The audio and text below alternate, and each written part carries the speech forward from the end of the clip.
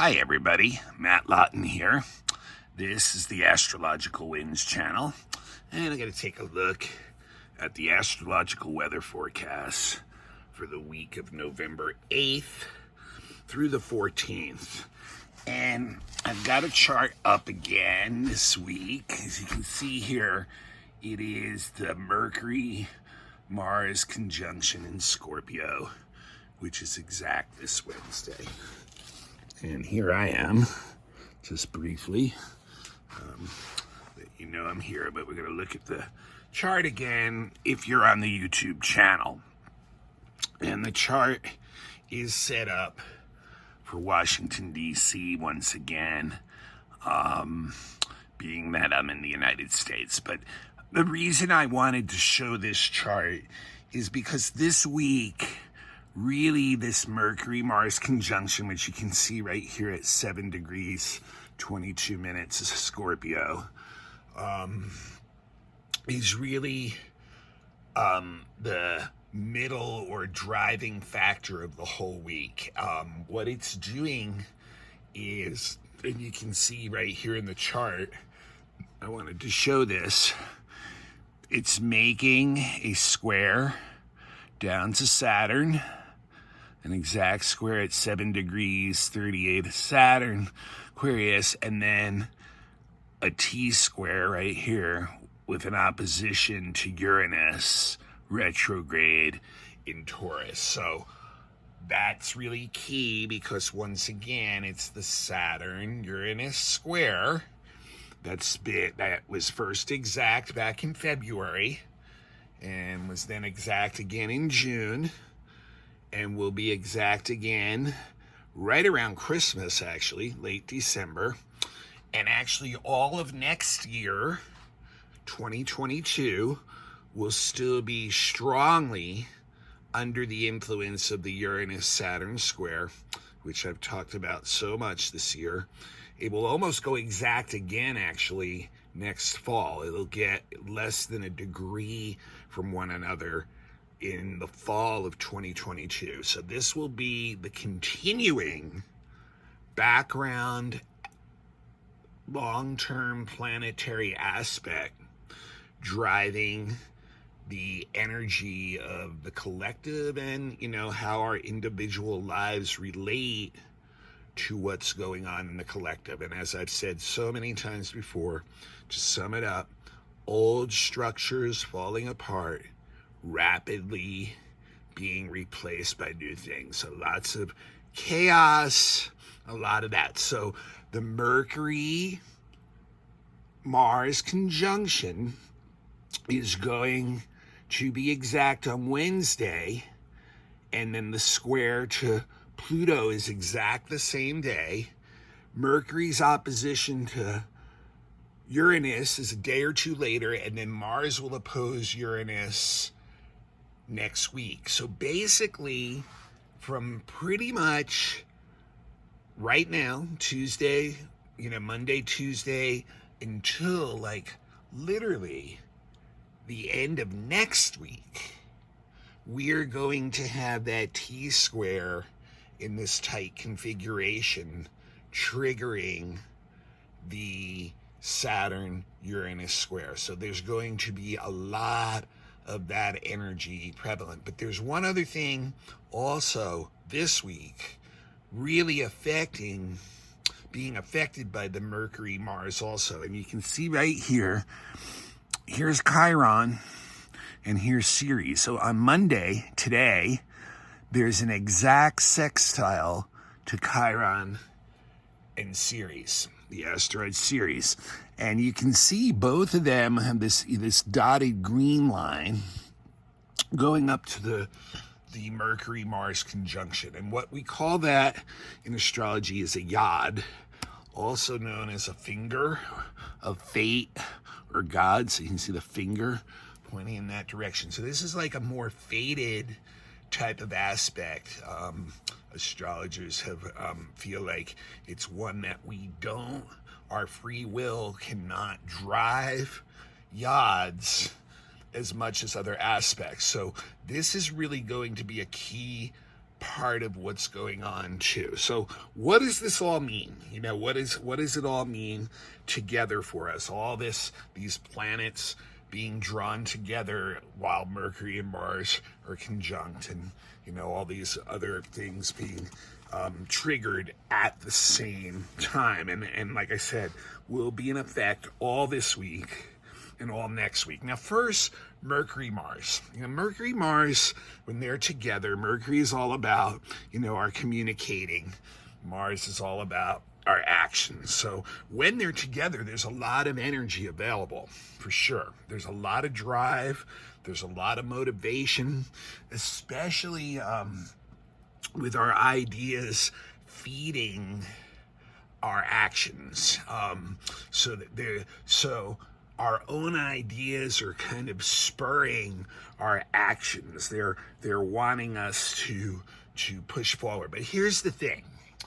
Mercury and Mars can both be on the egotistical side. I mean, Mars is, the second indicator of ego, really. It's like a very individualistic planet because it's the actions we take as individuals each day. That's what it really rules, our motivations, our drives. So it's really attached to the ego. And Mercury, being the planet of the intellect and the mind, is also very attached to the ego because the ego really sits in the mind. So our own ideas are what's really feeding our motivation and our actions when these two are together. Now, the issue is this: it's very subjective. And therefore, to me, if there is an adjective that describes Mercury conjunct Mars, especially coming from how how our inner terrain is, it's ornery. And it's like, because there's this hard energy drive, but it's kind of like this kind of me versus the world kind of thing too. And here we are in Scorpio too. So in Scorpio, that drive is like passionate. It's so hard driven. So the thing is, when I say ornery, what happens with Mercury Mars is this: we perceive little things as annoyances, things that seemingly are like not exactly going our way. So what they all add up to together is getting us upset, angry, ready to blow up at someone or just kind of anything. And in Scorpio, it really is more of a smoldering, deep heat that, can really, understand and see things, really deeply, and really, see the truth, see the shadow, and like be brutally kind of honest about it, but it can also, because of that subjective, egotistical part of us, can really, when all those upsets add up, when we see what we think is the foolishness of what's going on around us, we, can make many of us start to act kind of what I would call like a little bit underhanded or ruthless in against the things or the people that we are perceiving as, the things like that are blocking us. So it's really easy to see the faults of others. It's really easy to, intellectually tear them apart and overanalyze, and you're not going to make any like friends by doing that. But with Scorpio, most of that's keeping really close inside anyway. But it's then, like I said, like a smoldering heat too. But what we really need to do, and with all this Scorpio energy, is to turn that back onto ourselves, to use that energy to examine our own inner terrain, to see the reflection of our own shadow, instead of striking out in blame towards others. Now, that sounds all good and dandy, but there's a lot going on here. The exact square to Saturn is once again going to show us what is blocking us from the actions we want to take, from the ideas that we have, from the deep passion and work that we have in this wrapped up in the Scorpio part of us. So that Saturn, and Saturn representing, like, you know, the physical real world and the social world, that is what that Scorpio analytical mind is really seeing. It's going to see that there's certain things, the square, challenging, blocking it from doing what it really wants to do. So anyone or anything that it perceives doing that is going to get the brunt of that anger.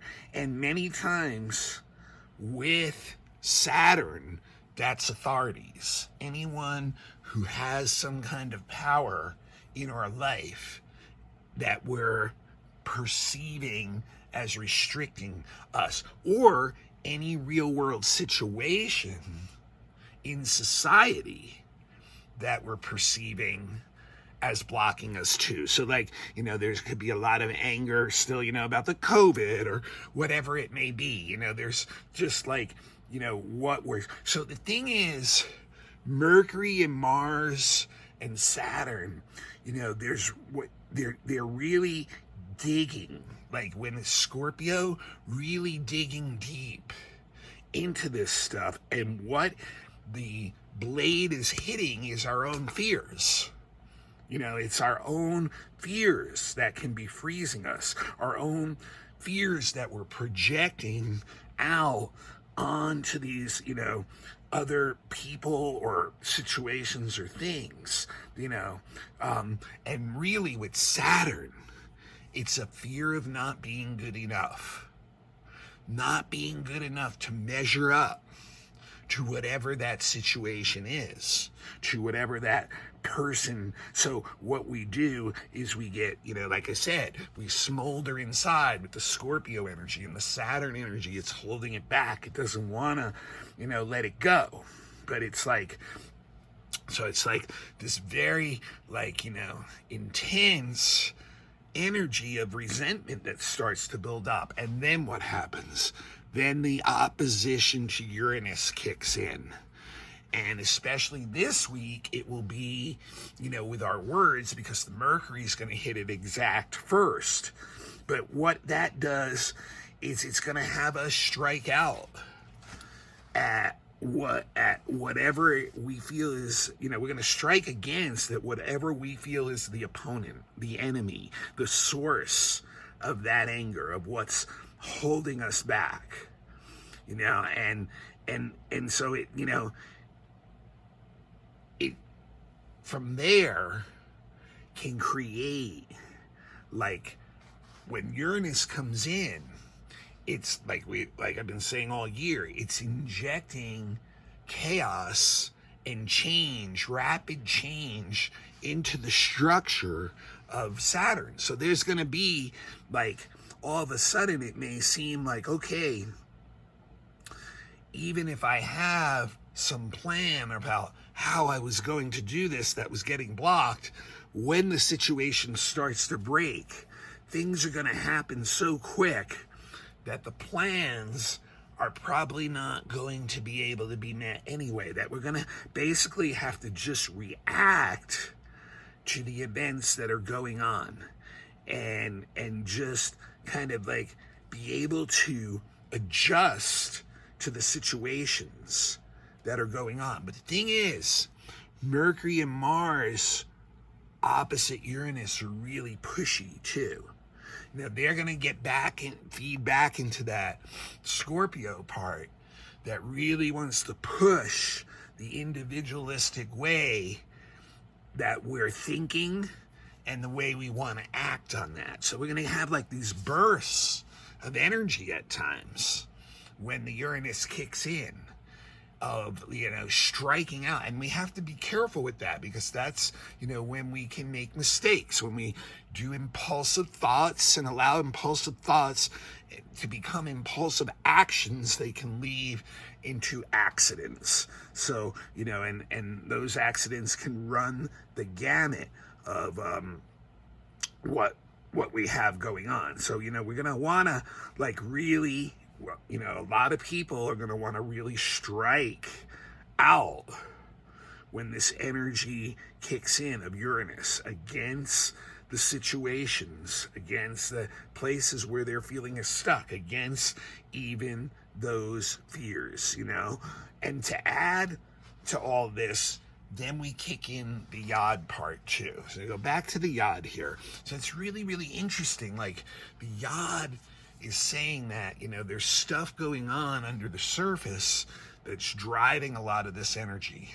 And we look here, Chiron sextile series, and it's basically situations or opportunities to deal with looking at what is really nurturing to us, what really can bring in true healing to us and bring a sense of belonging, a sense of family, a sense of being supported, that kind of thing.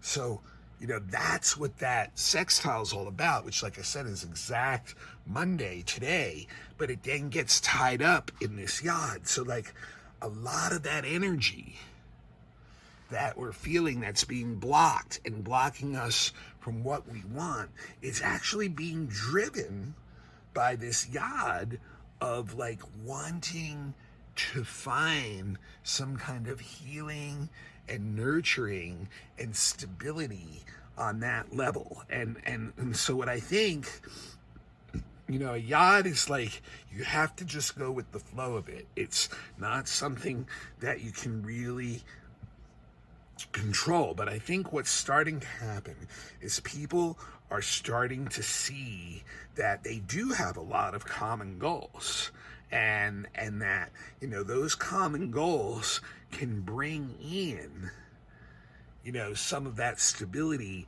and nurturing, and and some of it may just start on literally common goals that are abstractions, things like caring, compassion, true nurturing, that, truly making sure people get their needs met. Those kinds of things are the things that, caused a lot of pain for people in the last couple of years due to the world events.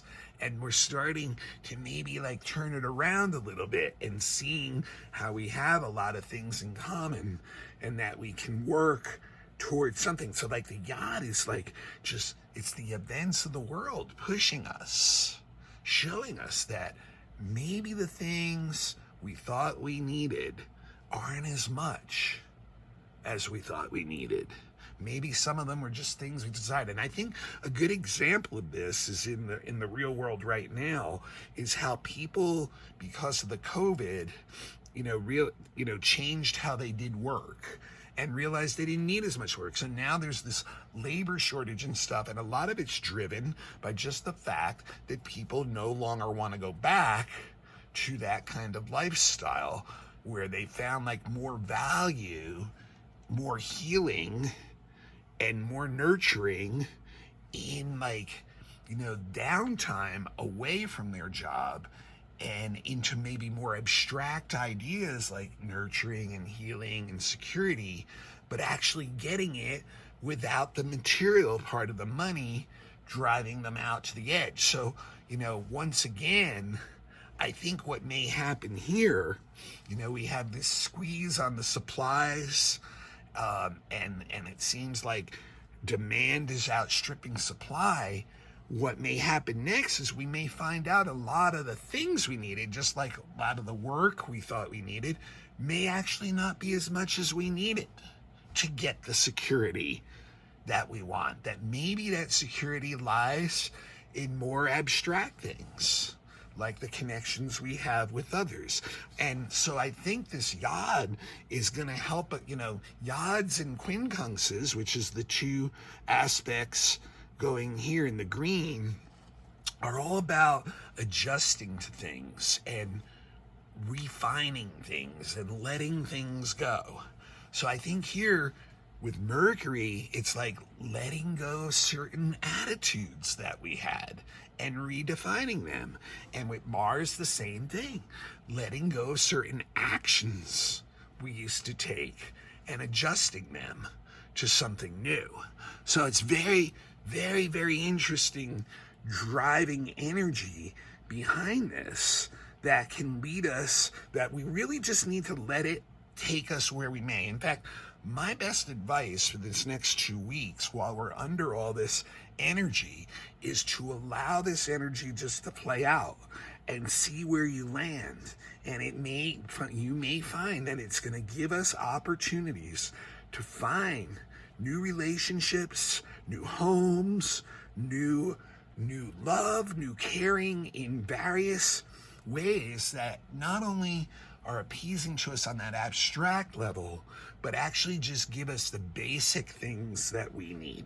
With Ceres there giving us the basic things we need. And then we're going to use that Mercury Mars to push for that we can actually, go out there and decide what we feel is worth fighting for, and what, and what we feel is needed versus what we feel is just desired, which the Scorpio part can really help us, define. So like, it really can go deep, and it can, and the Uranus energy can really, push it. But it really is one of these things that we may see, once again, with the Uranus energy, a lot of events that can be really chaotic. I mean, this event that happened in Houston this weekend was a really good example of that. It's a perfect example, actually, of this T-square because, you have the boundaries, which is the security and the gates and everything. And then you have a chaotic situation in a crowd, the Uranus, and a lot of events, maybe some individuals, maybe even spurring people to react out of rebellious ways, to charge up forward. And then people, getting very individualistic about it, inviting in the Scorpio energy, all of a sudden not thinking impulsively, invites in the destructive, violent change of Scorpio, and people paid with that with their lives. That's, the Mars, the body, and their minds are just like, in shock from it. So like, here's a perfect example of this energy, the way it can play out in the real world. But, ultimately, the Mercury Mars is going to have us look deep, and it's going to give us a lot of awareness and a lot of analysis energy, a lot of mental energy. But then the square to the Saturn is going to show us what's blocking us right now, especially in the physical world. And the Uranus is going to have us rebel against it. But the Yod is what's driving that energy behind it, and looking for, where can I find some stability that brings some healing. So lots of once again, this is going to be 2 weeks where we can see possibly a lot of natural disasters, man-made disasters, rebellious acts, things like that. Now, here's something really interesting. While all this is going on this week, we also have Sun trine Neptune. Beautiful Sun trine Neptune, which is exact on Friday. And to me, this is like a beacon of light in the shadowland to help us navigate it. It's to help us not lose sight of what our values are, what our ideals are, what our visions are, what our dreams are, despite these hard times that, despite the circumstances around us, despite things crumbling around us, that we can find some kind of spiritual solace, some kind of understanding through all of this.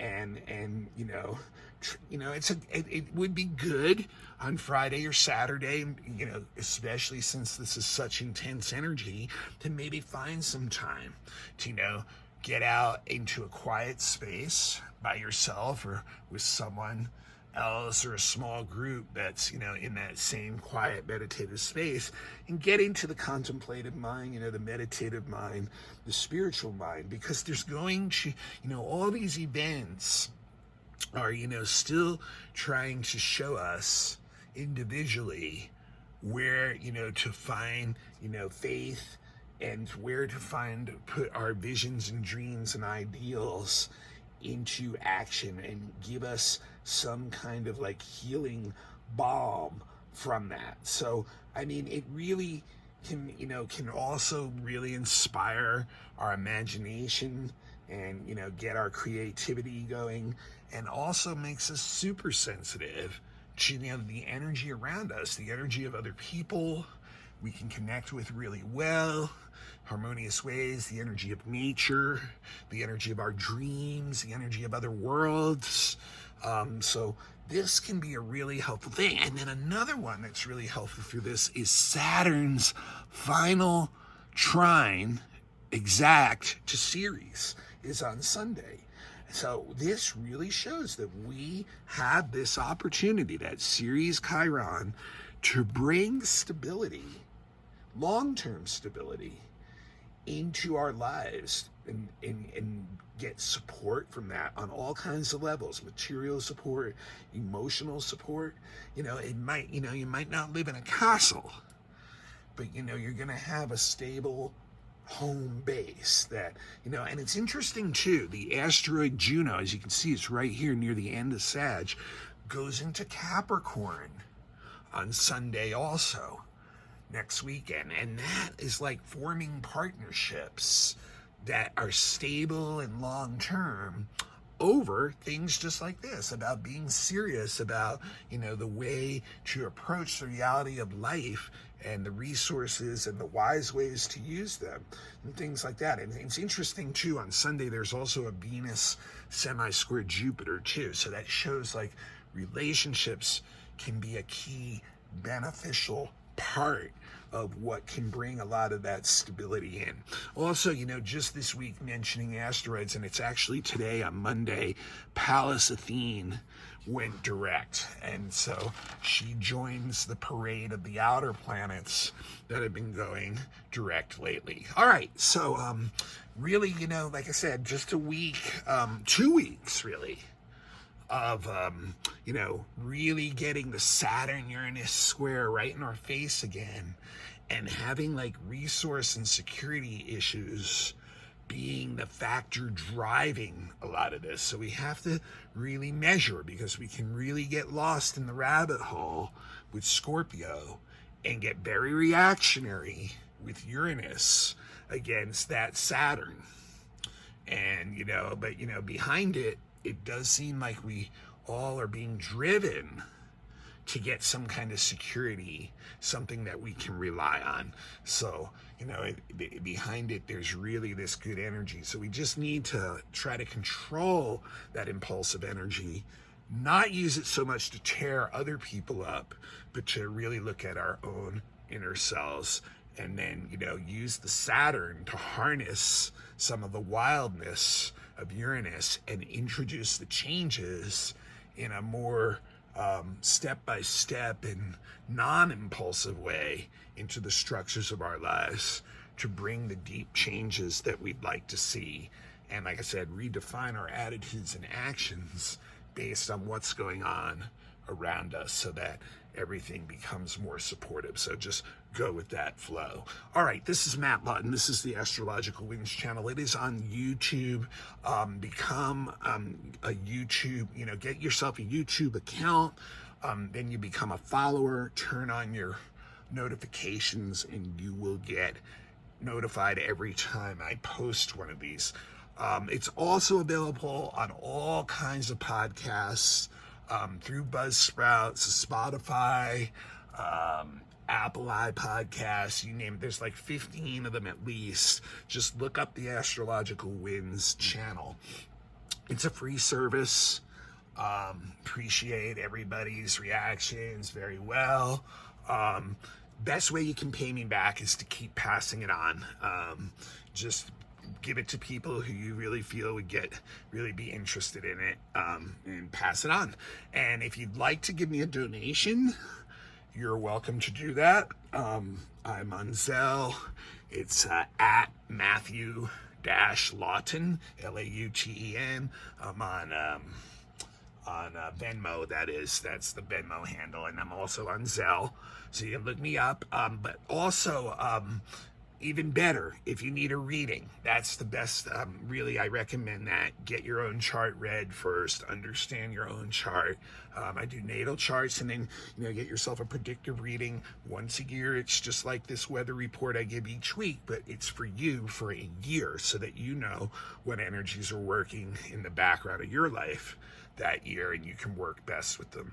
And then all kinds of other charts I do too: relationships, children, elections for the best timing of events you might have planned, horary questions if you're looking for an answer to something, astrolocality if you're looking to move somewhere else, all kinds of stuff, events, classes, lectures, all that stuff is available. And just email me at matthure823@gmail.com. That's matthure823@gmail.com. Or you can friend me on Facebook, Matthew Lawton, MATTHEWLAUTEN. And also, Astrological Winds channel is also available as a link on Instagram. So follow me on Instagram. It's Astrological Winds channel. All kinds of ways you can find me. And once again, the email is matthure823@gmail.com. Okay, let it flow these next 2 weeks. See where this is going to lead us. And remember, next week, eclipse season starts. So we're going to be in for some more big changes coming up for lots of us. So hang in there until then.